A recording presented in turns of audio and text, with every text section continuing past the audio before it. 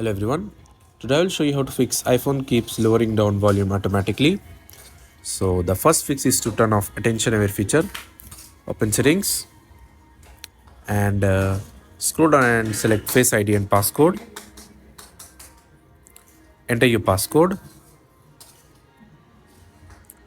Now scroll down and find attention aware feature.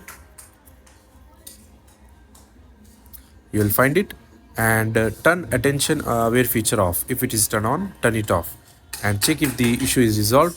If not, the second fix is to turn off headphone accommodation. Return to settings and go to accessibility tab. Tap on audio and visuals, and in audio and visuals tap on headphone accommodation, and if it is turned on, turn it off. Now test to see if the issue is resolved. If not, disable reduce loud sound. Go to settings, find and tap on sound and haptics in settings home page.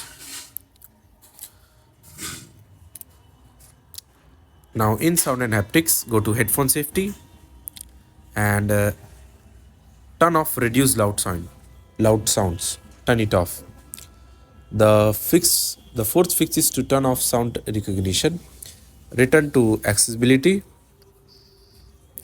and find sound recognition.